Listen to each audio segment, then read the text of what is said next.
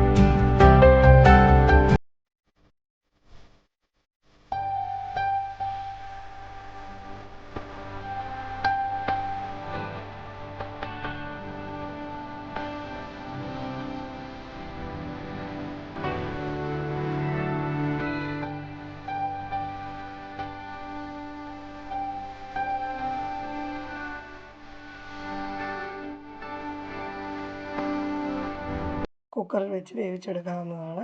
ഈ വീഡിയോ ഇഷ്ടമായെങ്കിൽ ലൈക്ക് ചെയ്യുക, ഷെയർ ചെയ്യുക, സബ്സ്ക്രൈബ് ചെയ്യുക. താങ്ക്